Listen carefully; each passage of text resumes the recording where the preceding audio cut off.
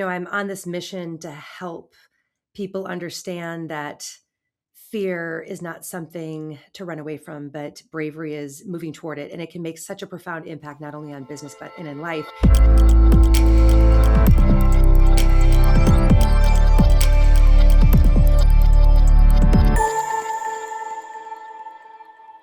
Hello, everyone. Welcome to LED, Leadership with Ed. I'm Ed McGill, co-founder and partner of McGill Junkie, as well as your host of this awesome podcast that continues to gain followers across the country.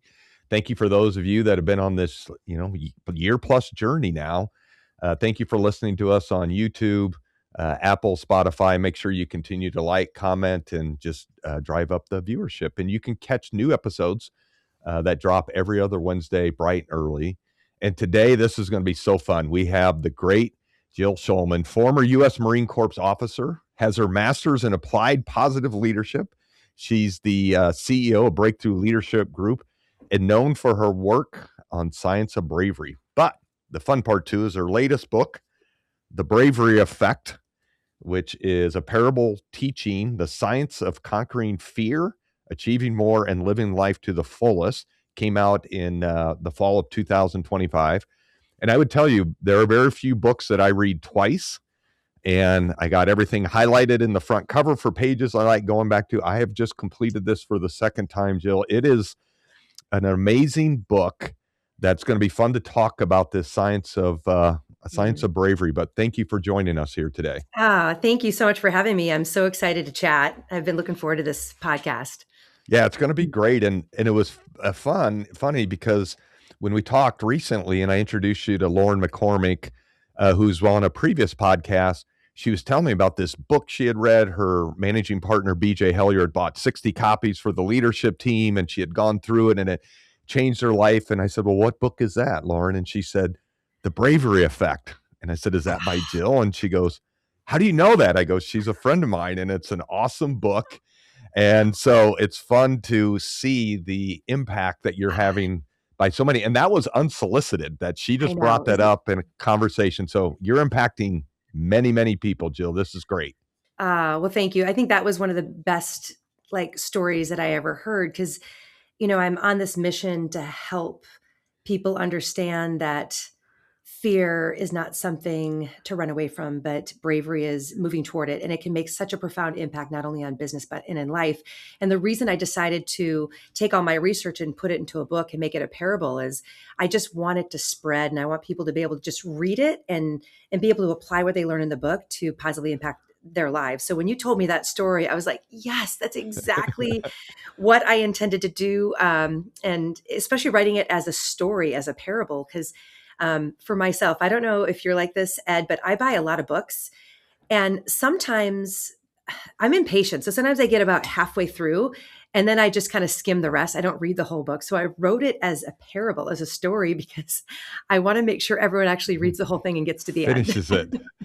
Well, that is so funny you say that because I am similar. And when I first reached out to you, I told you I bought the book because we were in the same kind of group of friends. And I didn't think it was actually going to be that good. It was your first book. And I'm like, okay, I'll buy this. I'll read it.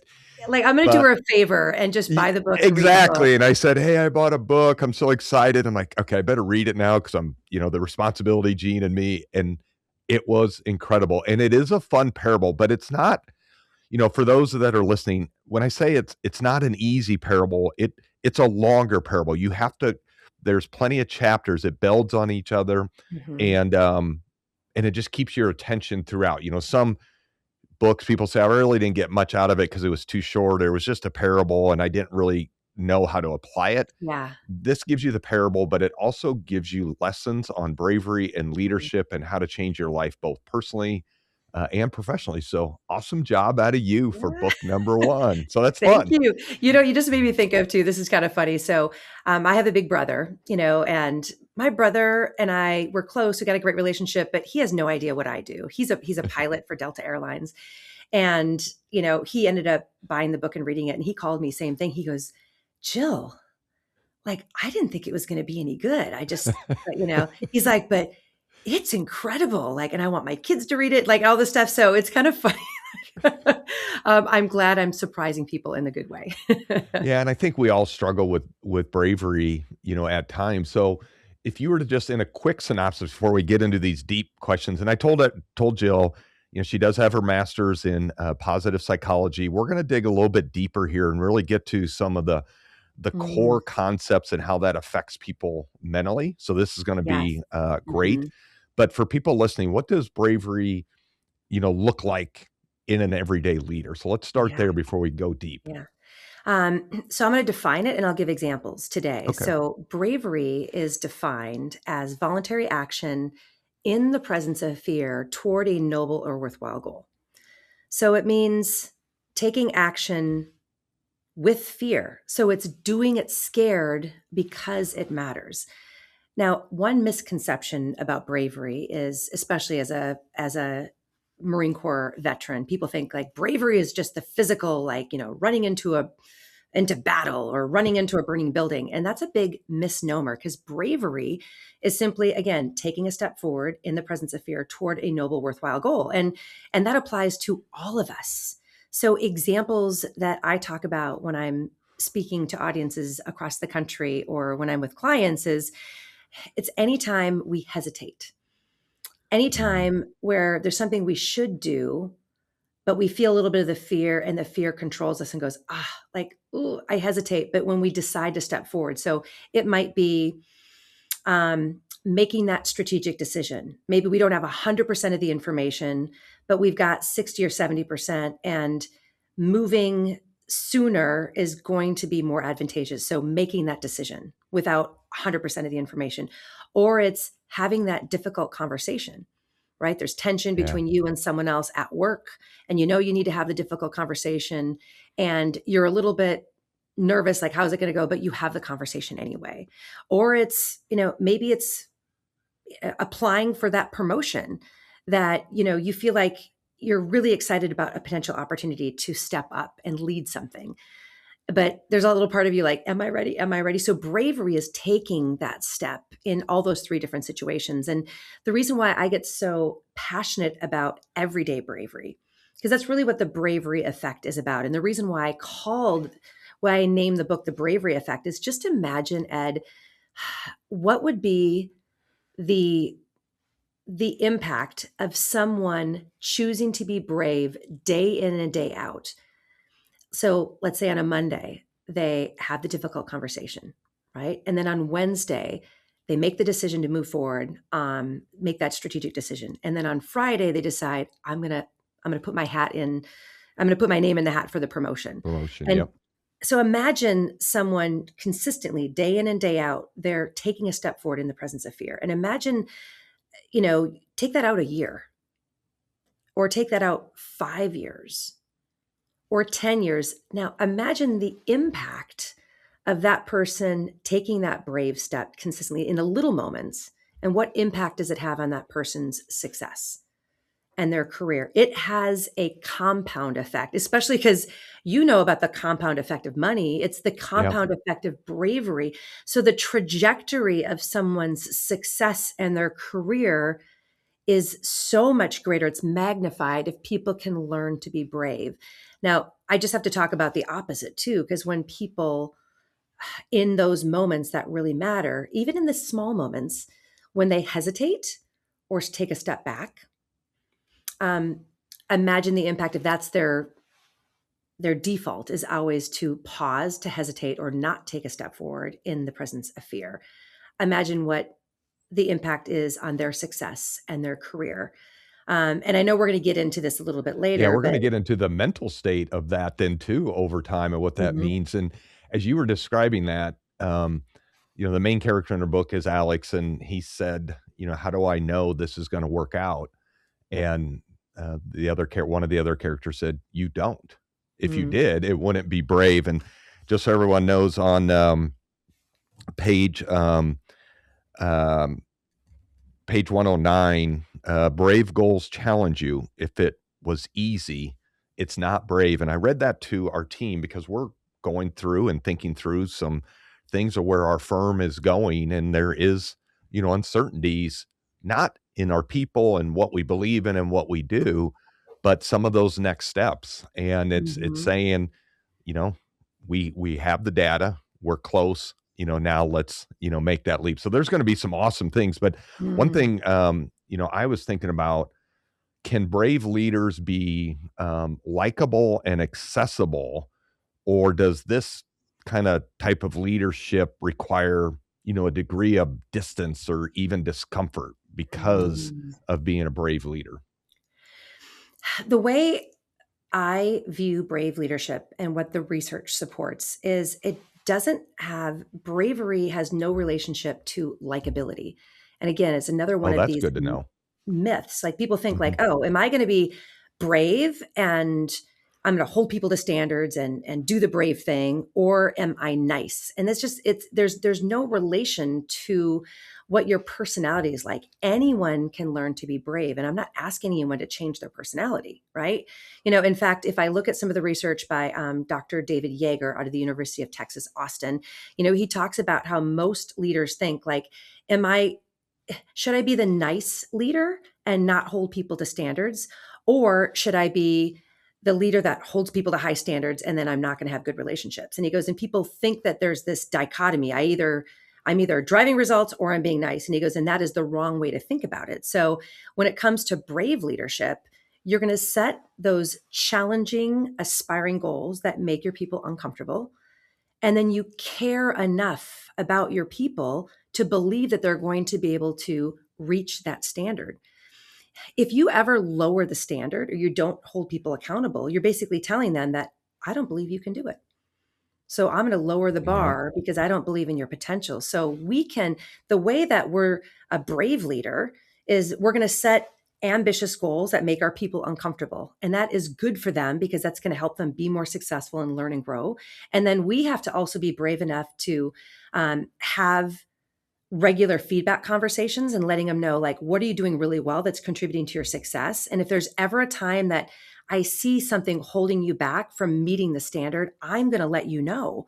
And so it's having those brave feedback conversations. And then the last thing is leaders need to be brave enough to ask for feedback themselves, right? To model, taking action on feedback. So the best leaders I've ever had will regularly ask, what can I do better as a leader to better serve you, to help you meet the high standard? Yeah. So yeah, it's not a function of personality. And it's funny because something just happened on Sunday, and I just did a post with it today, and this relates. So the organizers of the Los Angeles Marathon, the LA Marathon was on Sunday. It was Yeah. 90 degrees. It was hotter. And so the organizers I know where of the you're going. I marathon read this. decided to we're going to if people run 18 miles, we're going to let them just get a finisher medal. So they don't actually have to run the full Because it's going to 26. be hot. And what if they don't make it? Right. Let's just lower the standard, right? And so I just was asking people like, what does everyone think about this? Is it the right thing to do? Right. I mean, I'm someone I've run the marathons and I've done it in Vancouver when it was snowing. They didn't say so when you lower the standard in an effort to be helpful and make someone feel more comfortable, you're not doing them a service. You're telling them like, I don't think that you can handle it. I don't think you're capable of accomplishing the high standard.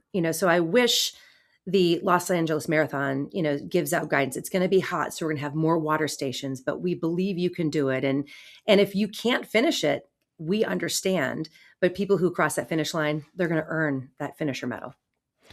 See, and that's awesome. I'm reading a book currently called Multipliers, and Mm, she redid it, and she was talking basically what you said is a multiplier is going to get the most out of you, but have very high demanding standards. But part of the way you get that from them is that unwavering belief in them, and you're getting the intelligence out of them and their capabilities versus trying to show how smart you are. You're saying, yes. no, you Mm, are incredibly smart.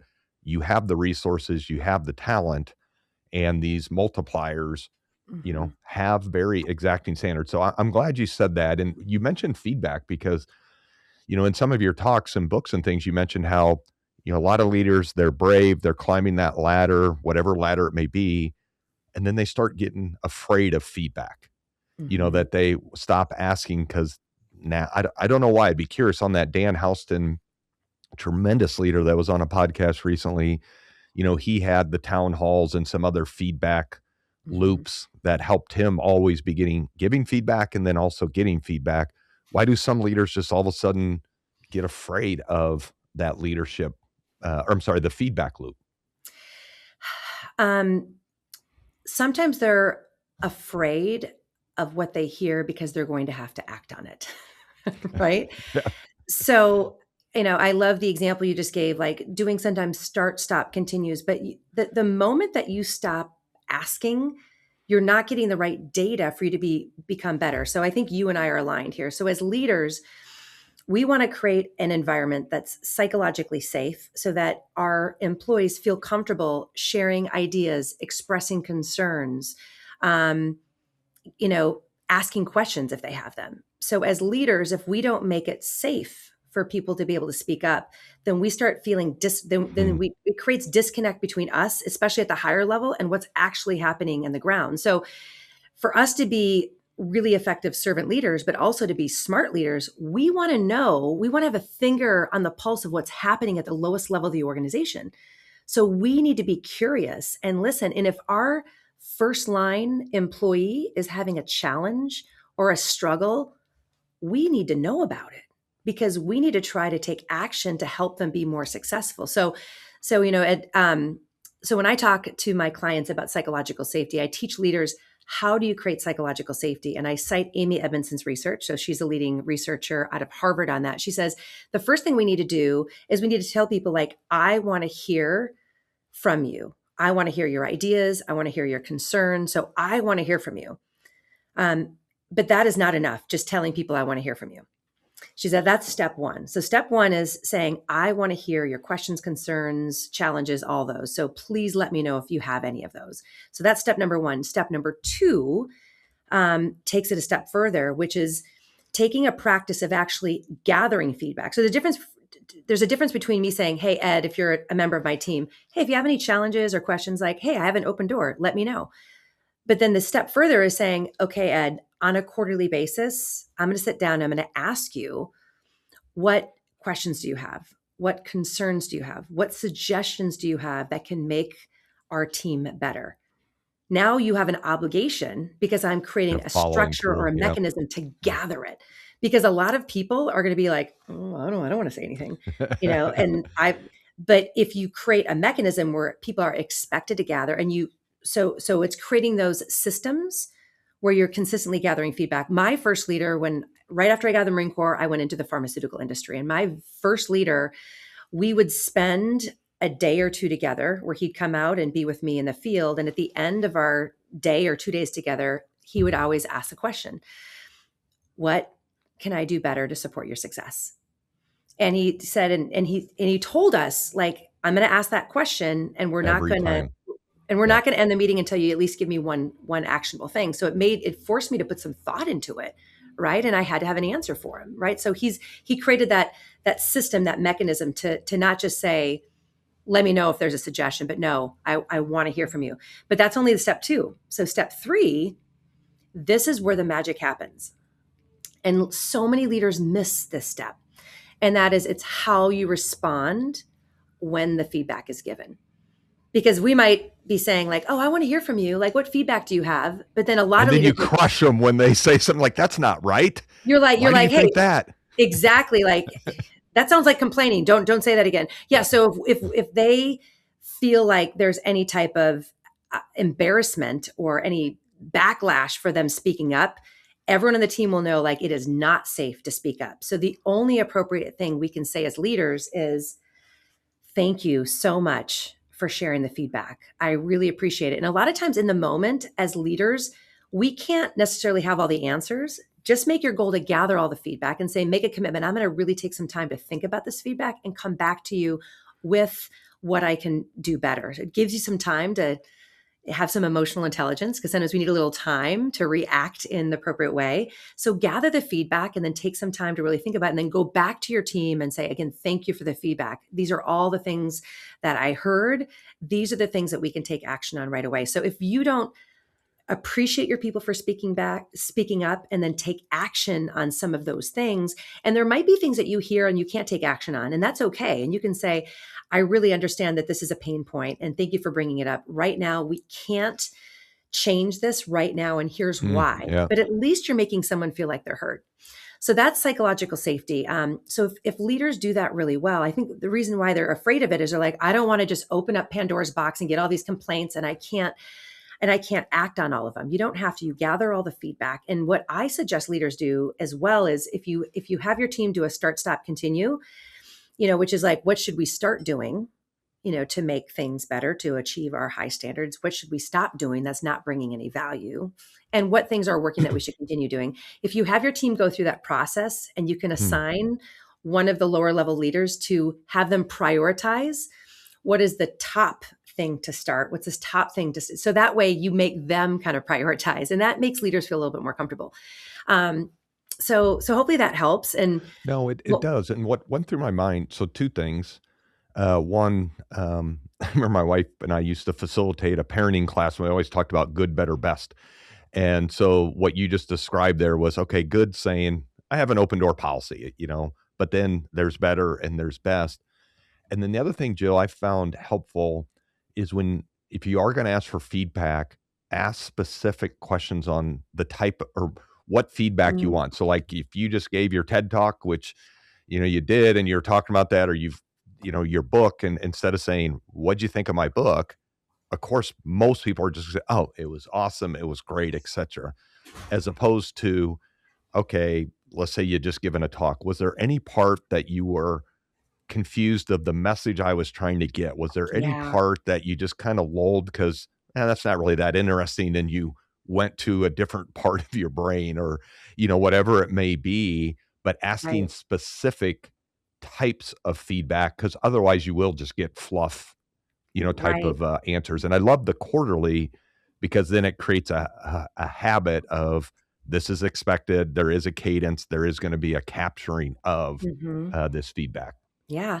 And if I can add on to that too, there's also something called voice efficacy in the literature. So like, self-efficacy is defined as, people believing that they can do something hard.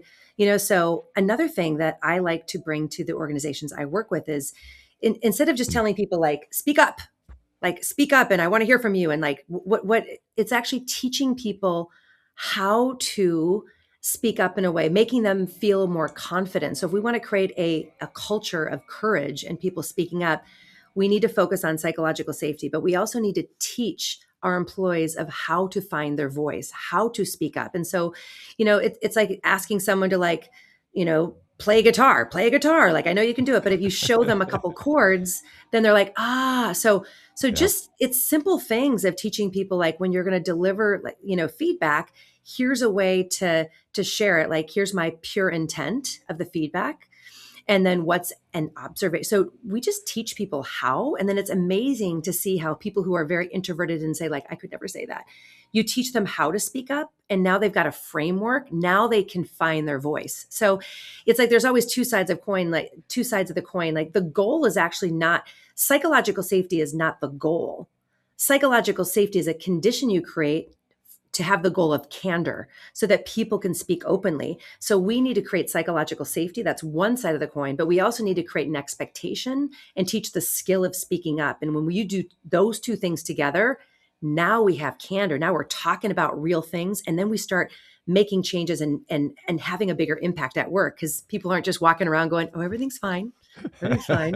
And in their mind, they're like, this is so screwed up here. This is horrible. Well, when you think of, fine, or then everything's all screwed up, I'm always intrigued by, you hear more and more talk about, whether it be depression, anxiety, just in people in general, a lot of things going on in the world that can cause some of that. But do you find that not being brave, that continual act of not exercising that muscle and not taking that leap, can lead you, or maybe not put you there, but be a contributing factor to just feeling not like I did everything I could have? Does that make sense? The question makes sense. And I'm going to answer it super directly and based on the science, based on the research. When people run away from what they fear, so avoid uncomfortable situations and fear, it leads to the development of depression and anxiety. So there's a study, and I will give you the link so you can share it with your audience, where researchers followed more than 2,400 adults, and they found over 4 years, and they found that experiential avoidance, which is avoiding things that you fear, um, led to the development and persistence of anxiety and depression. And this is the root of why I am so passionate about my work Hmm. and how it's tied into positive psychology. Now, let's think about this for a moment. The reason why people avoid something that they fear or makes them uncomfortable in the moment is because I want to be in a better mental state right now in the short term. Like, I don't want to be uncomfortable. I'm going to avoid it. But when they take that shortcut for the short term, it leads to long-term lower levels of mental well-being. And if we think about this, like each time That makes sense. Yep. and when people avoid something they fear, their self-efficacy goes down just a little bit. Like their self-belief goes down a little bit. Like, well, I can't handle that situation. So then they're less apt next time to be able to handle a situation where there's some fear. So each time they choose to allow fear to win, they're giving more power to the fear, and then their world gets smaller and they feel less capable, right? And so this is why we have the highest levels of anxiety and depression that we've ever faced in this country. And yes, I think COVID helped amplify it, but our younger generation, they are so confused. They think the path to a great life is to not encounter discomfort and to not feel fear. So that's why I called my TEDx Fear More, Not Less. Like feeling some fear and learning to move toward it is an essential skill, not just for your success, but for you to have the highest levels of mental well-being. Because if you feel the fear, Ed, and you move toward it and you take a step anyway, you take a step forward despite that fear, you feel a little bit stronger and go, oh, I did that, right? And then your self-efficacy increases. And then you talk about mental well-being here. The reason why I care so much about bravery, Ed, is when people learn the skill, when they look into the mirror at the end of the day, they feel some pride. Their self-esteem, Yeah. their self-love increases. So yes, like you know what self-care is? Having a me day. Let's talk about what a me day is. Because people think like I need a me day. A me day means that you keep promises to yourself and you do the hard thing. Because at the end of the day, you're going to feel better about yourself. For attacking the day and those things. And Jill, so two things. One, and I won't give this away, but there is an analogy in the book that talks about the forest or the group of trees and why the Yeah. trees in the middle fell down. So I encourage everyone to read that because what she was just describing of building resiliency and deep roots and stuff is in there. And then just to be a little vulnerable here for you, my team knows this, but McGill Jungie was formed in 2013 when Ross Jungie, my business partner, and I came together. And I was running a successful practice before that. And to bring Ross on board was fundamentally going to change so many things. And there was some uncertainty on just how cash flow was going to work. I mean, so not to go into too many details, but I did wake up in the middle of the night one time and kind of curled in a ball, having a little bit of a panic attack. And my wife saying, why are you doing this? We're fine. You've built a great practice and we're good. Why would you do this? And I just remember telling her that, okay, my heart's racing and there is fear, but I know it in my knower that this is the right thing to do. And I will regret it if I don't. That Mhm. 1 + 1 is going to equal 5. So Ross and I coming together was going to equal 5. It's actually been 1 + 1 = 10. But when I was reading your book, I that just is so vivid in my mind at that time. I can still see it. My wife just saying, why are we doing this? Why look how it's Mhm. affecting you? And I just kept coming back to at that time you didn't have your book. So I didn't know that I was following the book and leaping, knowing I had 60 to 70% of the information. I was You took the almost leap. positive it was going to work out, but there was still a chance it Mhm. would not. But again, I just kept coming back to her, just saying, my gut is telling me you need to do this. And I do, when I was reading your book, thinking back, man, if I had not done that, where would I be today? Mm. So for the listeners there, there's a little true story of your host curled up in a ball, having a little bit of a panic Yeah. attack and fighting through that Fighting through fear and and doing it building anyway. something great.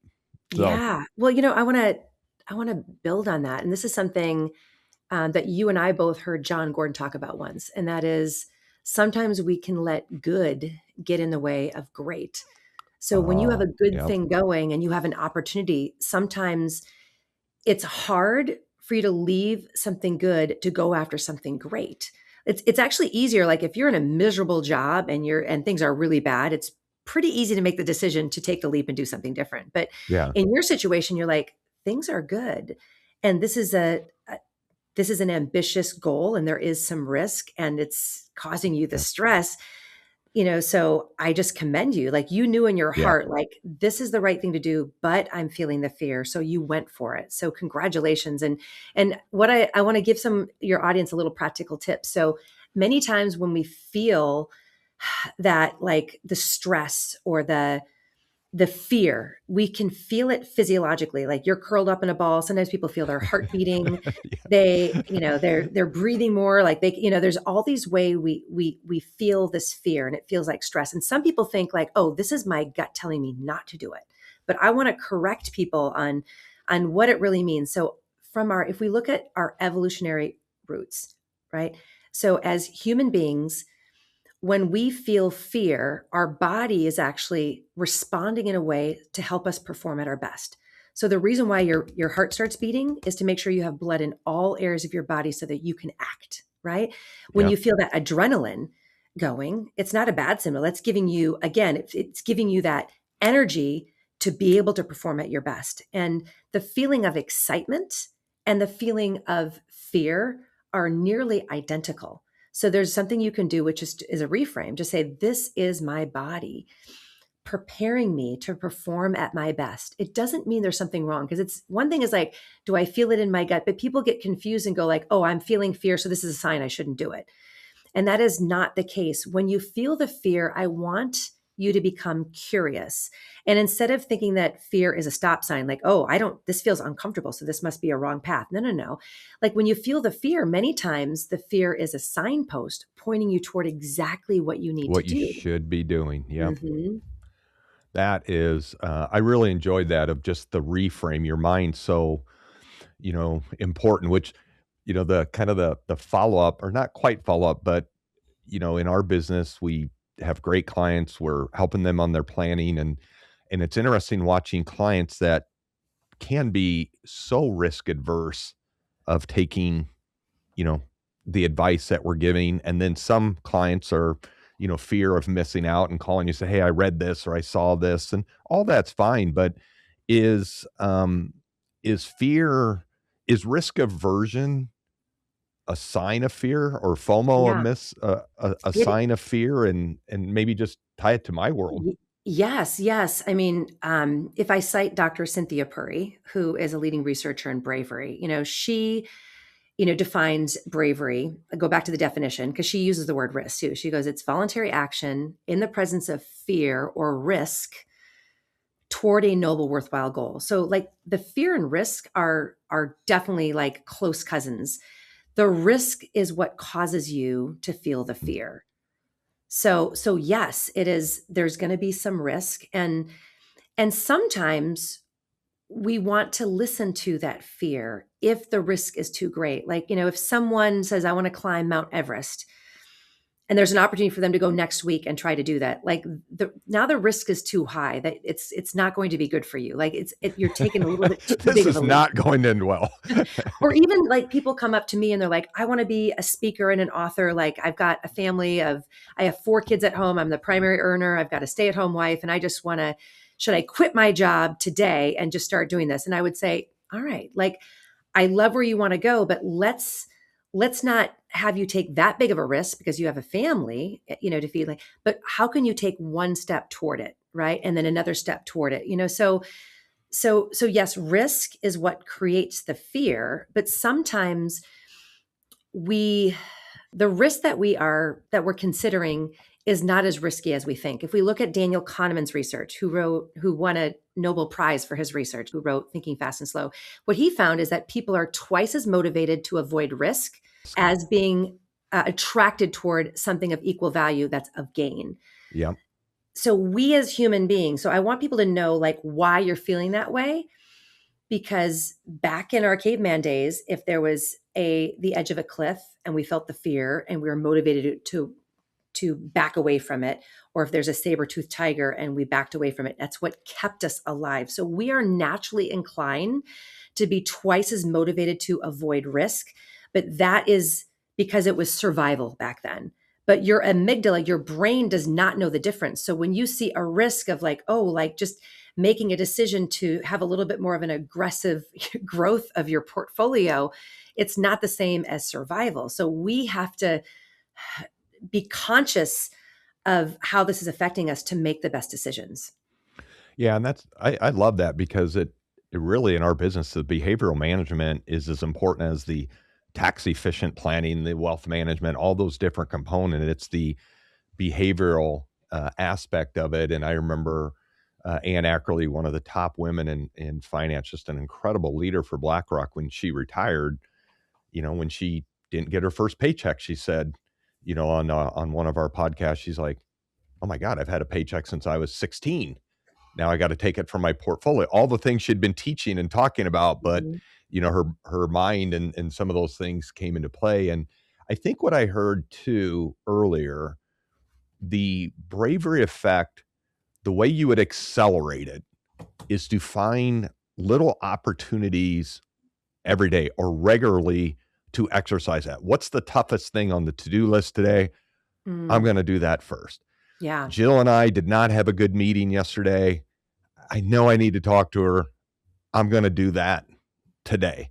Mhm. My kids, spouse, work stuff, like, is that a correct statement? Like you're Yeah. building that bravery muscle, and the more times you can flex it. But also, what you were saying is if you haven't been in the gym, don't start with a 315-pound bench press and have two people lift it off and have it cave your chest. Start with Yeah. the bar and maybe one plate instead of three is I Yeah. think what I was Yeah. hearing you So say. that analogy I love because people can relate to the gym when we take it back to. So when I say building the bravery muscle, I use the analogy of going to the gym. So let's just tell your audience this analogy. So bravery is a skill you can build. And when we look at the way our brain changes, like literally, like if you feel like you're someone that's just not brave, you're like, I'm just not a brave person. Like I could never be brave. I'd say that's absolutely not true. I know based on the science that you can learn to take a step forward in the presence of that risk or that fear, because it's based on science. So if you think of the gym, if someone says like, I'm just not strong, I could never have muscles, you would say that's ridiculous. Like Yeah. it's not going to be easy, but if you go into the gym and you pick up weights that are uncomfortable and you lift and it should hurt a little if you're lifting the right way and then you're sore the next day, then your body is going to respond and it's going to remodel and it's going to build a little bit more muscle. And if you do that systematically over time, you're going to build strength, right? And yeah, don't go in there and just go to the gym and say, well, I can't bench 200 pounds, so I just am not strong. That's ridiculous. You start with what you can handle that's a little bit uncomfortable and you build it over time. The same thing is true when it comes to bravery. And what Hmm. scares me that takes some bravery is different for me than you. So everyone has a different things that they fear. But what we know based on the science is if you do something that's out of your comfort zone, right? And you do it consistently over time, just like going to the gym, you start. This is the most exciting part of bravery. It's what I'm really like researching for book number 2 is what is the neurology of bravery? So there's a couple parts of our brain, right? So the amygdala is the part of our brain that is like our overly enthusiastic and paranoid part of our brain that sees all risk as like danger, danger, don't do it, don't do Yeah, it. the fight or flight. It's a fight or flight. And again, it's natural. So when people feel fear, I'm like, there's nothing wrong with you. This is just what's happening, but we can overcome this. And if you can overcome this, your life is going to be better. Right. So what happens is if you take a step forward in the presence of fear, there's parts of your brain that are being worked. It's the prefrontal cortex, the executive functioning part of our brain, but also in our anterior cingulate cortex, the ACC. And within the ACC, there's something called the mid-cingulate cortex. That is, think of the courage center of your brain. So those parts of your brain, it's like giving them a little workout, right? And then not only those parts of our brain change in their shape as a result of getting out of our comfort zone, also all the neural pathways, Yep. new neural pathways start lighting up. So it's amazing how if you just work on this over time, you can build your capacity to take action in the presence of fear or risk. And And I feel just so much better about yourself over time, and your team and your family will see that and feel that. And it yes. sounds like we've got a part 2 of this podcast after book number 2 comes out then. Yes, yes, I yes, think, absolutely. can Yeah, someone real so quick, can someone be, or how do you distinguish between bravery and overconfidence? yeah, Where someone's bravery just or arrogant bravado. and yeah, Mhm. bravado, that's a good word.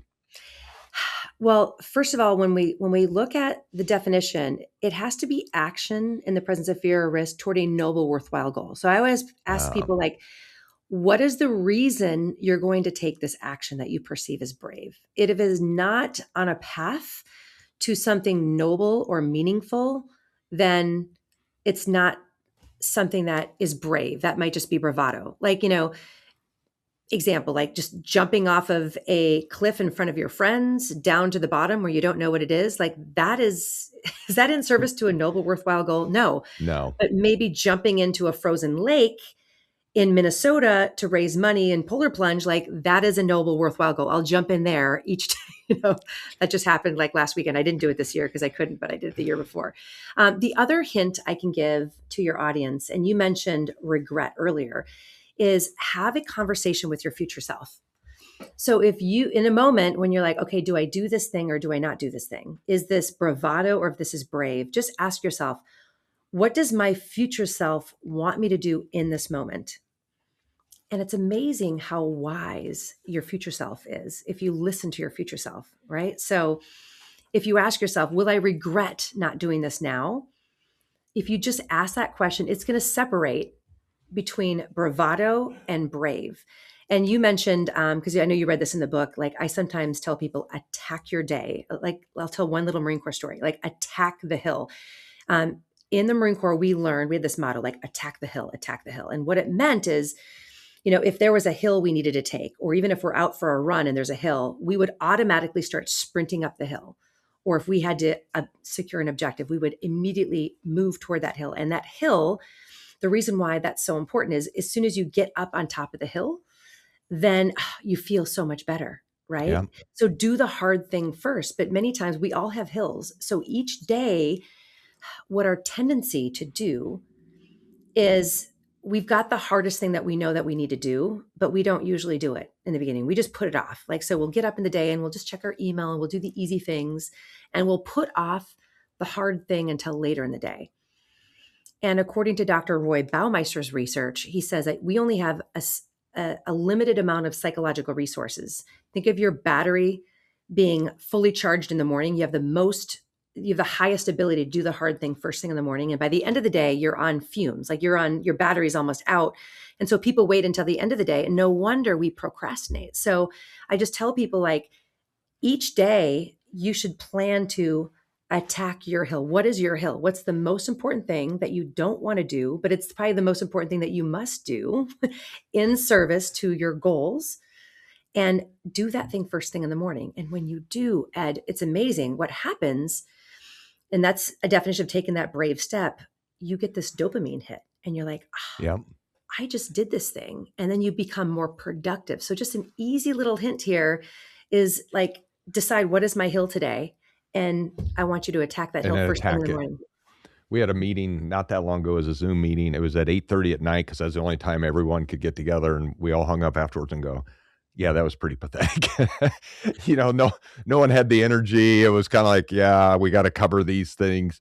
A couple last things. How do you motivate people on your team to be brave? I think we heard some of that, of Mhm. believing in them, telling them you can, give them the analogy of the weight room, giving them the book, other things. But for a lot of the leaders on here, what are other things they can do to help their team become more brave?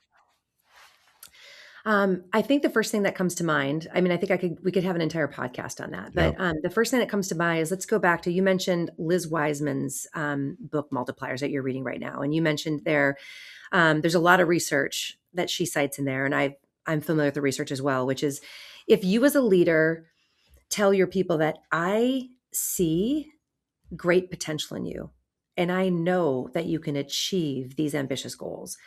When a leader expresses the belief in your potential, that is many times what your employees need to start believing in themselves. So set those challenging goals and say, I know that you can achieve it. And I know it won't be easy, but I care enough about you that I'm going to support Mm, you to help you yeah. achieve that goal. So you actually, when you hold that high standard and tell people you believe the potential, like that actually motivates them.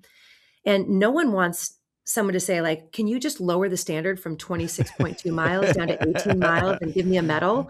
Like that's not going to make me feel proud of myself. So, and I know it's confusing because sometimes we think as leaders, like, oh, let me just be the cool leader and let me lower the standard and make it easy for them. But when you make things easy for them, you're not doing them any favors. You're just putting them in this little safety bubble. So let's challenge our people to get out of their comfort zone and to do hard things and tell them, I believe in your potential. I know that you can do this, and I'm going to do everything I can to support you hitting that high standard.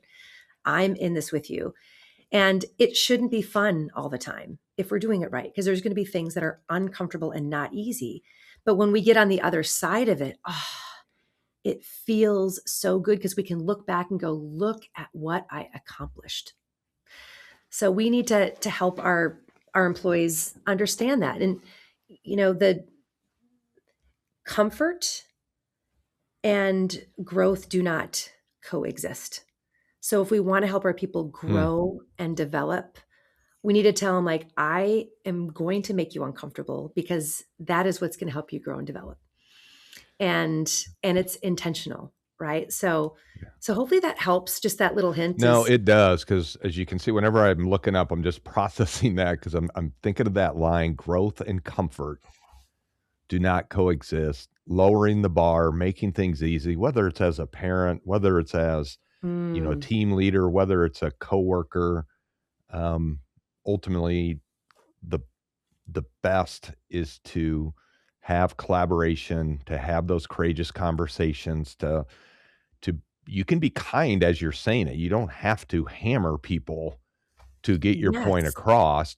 And when you have that relationship with them and they know that you believe in them probably more than they believe in themselves, that's when it, is awesome. And the last thing I would ask, because we talked a little bit about Colin Powell when we were just chatting beforehand, yeah, if you could maybe to end this here, because someone might ask is, well, when do I know when to leap? Like, how much information do I need to know to mm, leap to take that step on? Let's just talk about maybe bigger decisions, yeah. on that. But if you could just Right. share with the audience what Colin Powell said and what you saw as him as a leader, I think that would be a great spot Yeah, let's for end us on to that. end. And actually, Yeah. I wrote an article in Forbes on this exact topic. I can send you the link to that as well. But when it comes to decision making, sometimes the mistake we make is we want to make sure we have all the information before we move forward. And so Colin Powell talks about in his book, and he was really well known for saying, like, when you have 70% of the information, it is time to act. You cannot wait until you get to 100%. So he led this way and taught his all of his leaders in the army that we need to be making decisions, leaning forward on the offense and move forward in the presence of 70% of the information.